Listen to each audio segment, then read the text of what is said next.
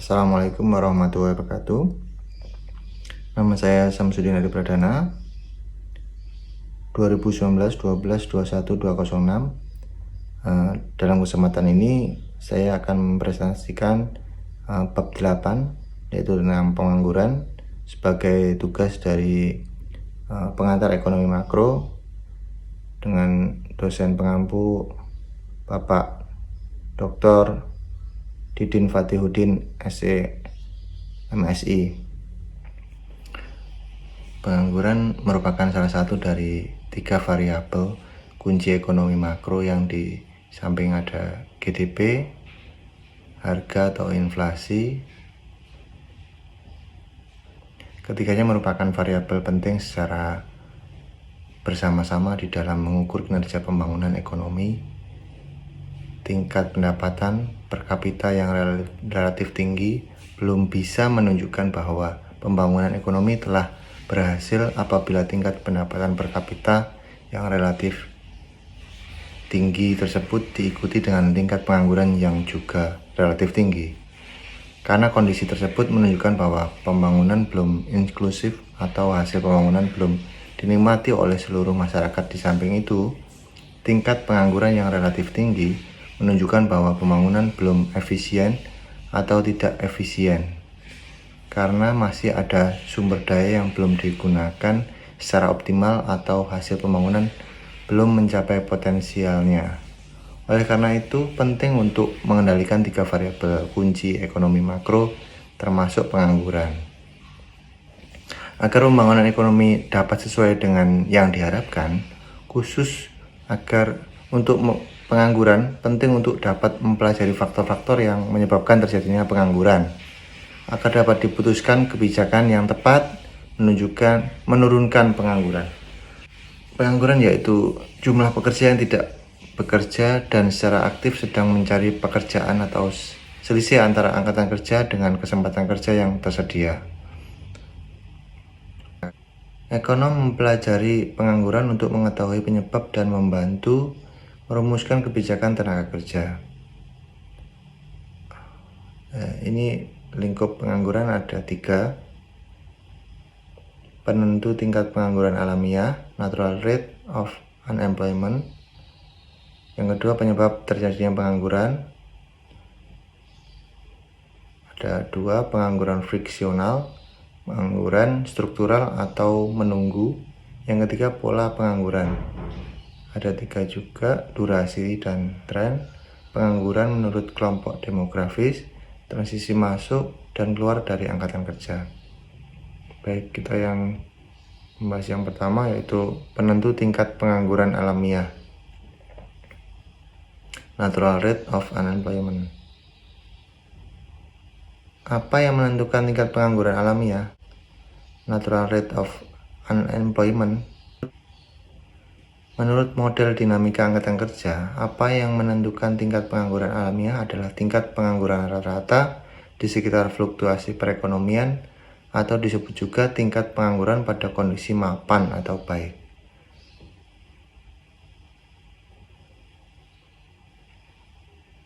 Kemudian ada pertanyaan, kenapa di negara dengan tingkat ekonomi yang baik tetap ada pengangguran? Menurut dinamika angkatan kerja, tingkat pengangguran pada kondisi steady state dapat dijelaskan dengan memfokuskan pada transisi individu dalam angkatan kerja atau L, yaitu transisi individu dari orang yang bekerja E menjadi tidak punya pekerjaan, dan transisi individu yang dari orang yang menganggur U menjadi mendapatkan pekerjaan. Artinya, tingkat pengangguran ditentukan secara bersama oleh tingkat pemutusan kerja, berapa banyak atau bagian orang yang bekerja yang kehilangan pekerjaan S, dan ditentukan tingkat penemuan pekerjaan, berapa banyak atau bagian dari para pengangguran yang mendapatkan pekerjaan F. Artinya, kalau tingkat pemutusan kerja atau bagian orang yang bekerja kehilangan pekerjaan itu sama dengan bagian orang yang menganggur, mendapatkan pekerjaan, maka tingkat pengangguran pada kondisi steady state tidak berubah atau tetap sama kondisi sebelumnya. Dan kalau bagian dari pengangguran mendapat pekerjaan lebih banyak daripada bagian orang yang bekerja, kehilangan pekerjaan, maka berarti tingkat pengangguran mengalami pengurangan dan sebaliknya. Ini ada contoh soal. Setiap bulan pekerja kehilangan pekerjaan 2%. S sama dengan 0,02. Ketika mendapatkan pekerjaan adalah 15%. F sama dengan 0,15. Maka tingkat steady state pengangguran sebesar U per L sama dengan 0,02 dibagi 0,02 plus 0,15 sama dengan 0,12 sama dengan 12%. Model tingkat pengangguran alamiah ini implikasi penting bagi kebijakan publik. Semua kebijakan yang bertujuan menurunkan tingkat pemutusan hubungan kerja atau meningkatkan tingkat penemuan pekerjaan. Semua kebijakan yang mempengaruhi tingkat PHK atau penemuan pekerjaan juga mengubah tingkat pengangguran. Penyebab terjadinya pengangguran. Pencarian pekerjaan dan penyebab terjadinya pengangguran. Jadi pengangguran alamiah bisa dibedakan.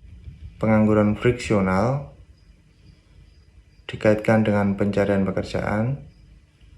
Pengertiannya adalah pengangguran karena diperlukan waktu untuk mencocokkan pekerja dan pekerjaan. Yang kedua, terjadinya pengangguran friksional karena preferensi dan kemampuan yang berbeda dan pekerjaan memiliki ciri dan persyaratan yang berbeda. Yang kedua, arus informasi tentang pekerja dan lowongan pekerjaan tidak sempurna. Yang ketiga, mobilitas geografis pekerja tidak instan atau cepat. Yang terakhir, perkembangan ekonomi, perubahan komposisi D dan S tenaga kerja baik antar industri, sektoral shift maupun antar wilayah, perubahan selera masyarakat, peraturan dan teknologi. Kemudian kebijakan publik dan pengangguran friksional yang bertujuan menurunkan tingkat pengangguran friksional, mempercepat tingkat penemuan pekerjaan seperti informasi lowongan pekerjaan, mencocokkan pekerjaan dengan pekerja secara efisien melalui kantor ketenagakerjaan. Sedangkan kalau swasta ada job fair, bursa kerja mungkin. Kemudian program pelatihan memperlancar transisi pekerjaan dari industri yang menurun ke industri yang tumbuh melalui dinas pemerintah, dan kalau swasta dalam implementasi community development dan corporate social responsibility CSR. Beasiswa dengan beasiswa utusan daerah BUD, diharapkan sarjana kembali ke daerah, kemudian beasiswa ikatan dinas. Setelah lulus diwajibkan bekerja pada lembaga yang ditetapkan. Kebijakan publik yang tidak sengaja meningkatkan pengangguran friksional, meningkatkan pengangguran alamiah. Contoh, asuransi pengangguran.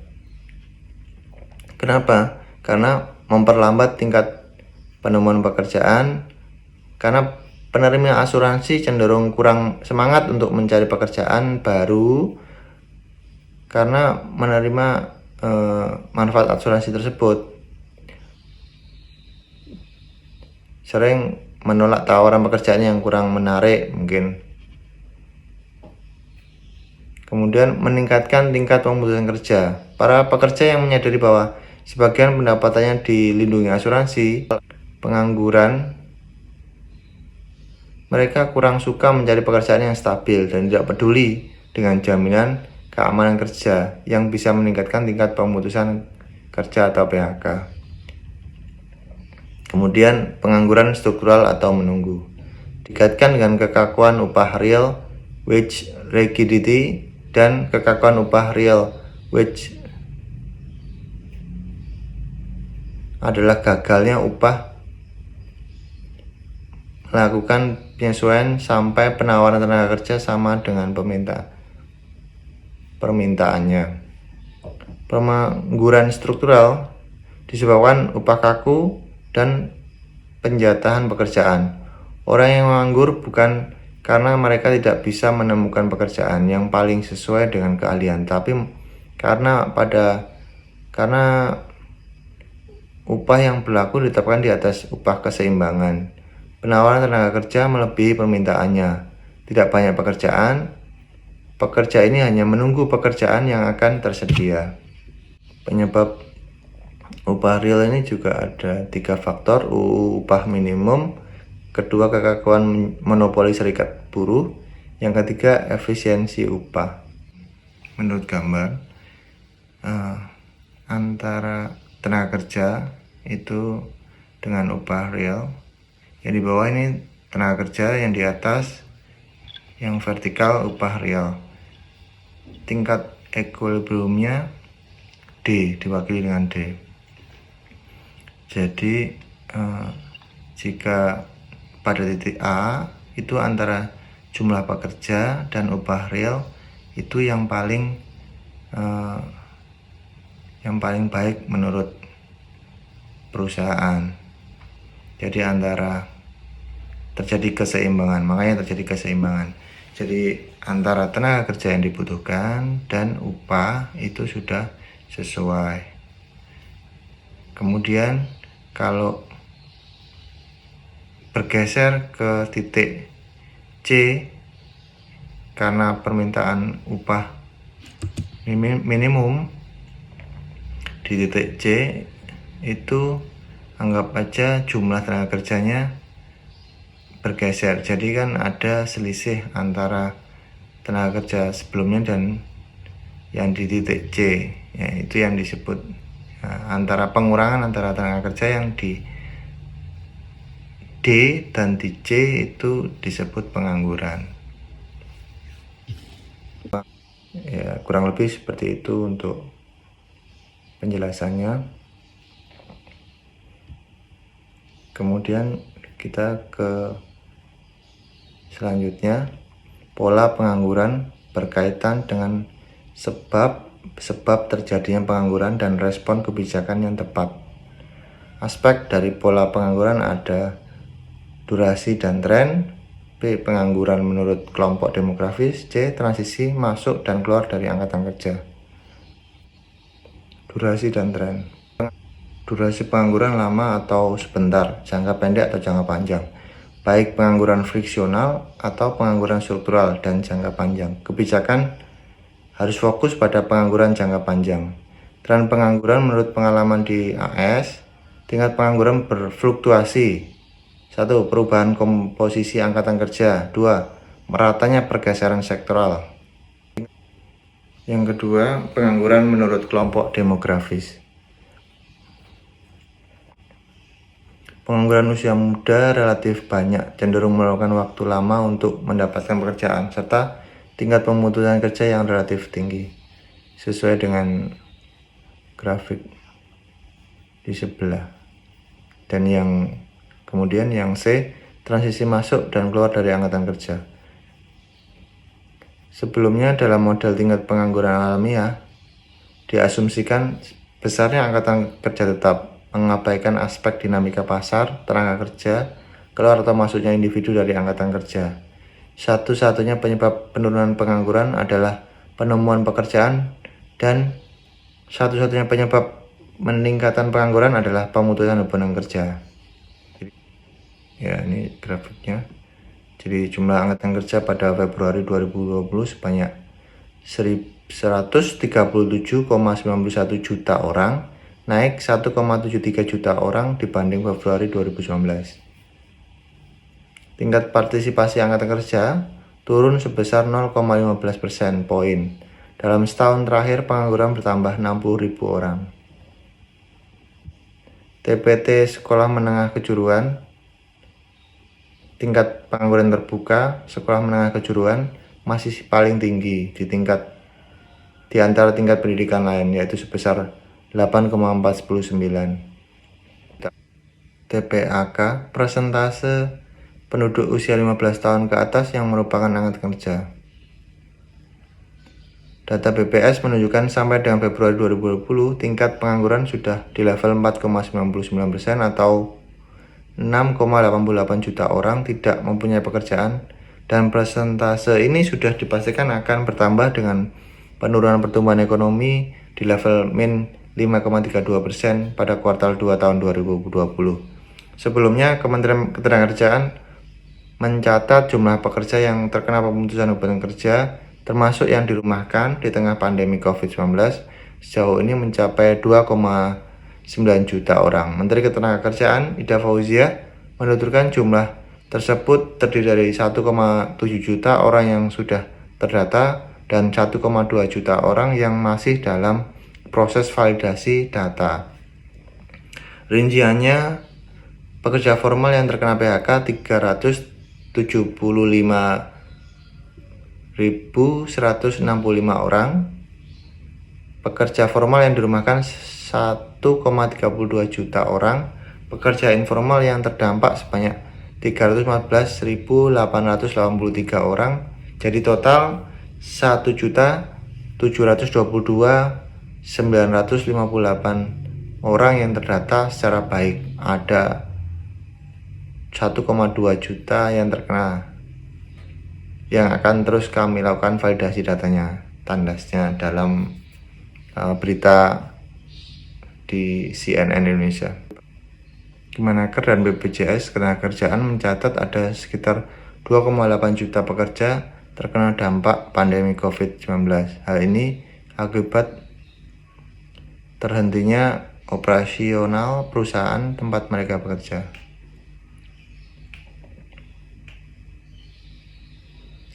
Sektor industri yang terpengaruh COVID-19, pariwisata yang terkena dampak paling besar karena wisatawan menghindari pandemi. Yang kedua, sektor keuangan, ancaman ketidakmampuan dunia usaha membayar pinjaman. Yang ketiga, transportasi. Sektor transportasi ini karena mobilitas manusia berkurang untuk menghindari pandemi dan pembatasan wilayah. Kemudian ada sektor pertambangan, ancaman gejolak harga dan kelebihan produksi. Kemudian ada di sektor konstruksi, ada potensi kenaikan biaya pembangunan. Kemudian di sektor otomotif, turunnya permintaan masyarakat, daya beli masyarakat yang berkurang. Di sektor UMKM, ancaman turunnya permintaan masyarakat. Jadi secara garis besar, kesimpulannya tingkat pengangguran steady state tergantung pada tingkat pemutusan dan penemuan pekerjaan. Kemudian penemuan pekerjaan memerlukan waktu, menyebabkan tingkat pengangguran friksional, dan pemutusan pekerjaan menyebabkan pengangguran struktural, white unemployment. Yang ketiga, penyebab pengangguran friksional adalah preferensi dan kemampuan bekerja serta persyaratan pekerjaan yang berbeda-beda, asimetri information, mobilitas geografis tidak mudah, dan perkembangan ekonomi. Kemudian yang keempat, penyebab pengangguran struktural adalah adanya kakuan upah sebagai akibat UU upah minimum, serikat pekerja, dan upah efisiensi. Kelima, pola pengangguran berdasarkan beberapa aspek penting perlu dipelajari untuk dapat diketahui sebab pengangguran dan penentuan kebijakan yang tepat untuk mengatasinya. Demikian presentasi dari saya, Syamsuddin Adi Pradana, 2019 12 21 206. Terima kasih.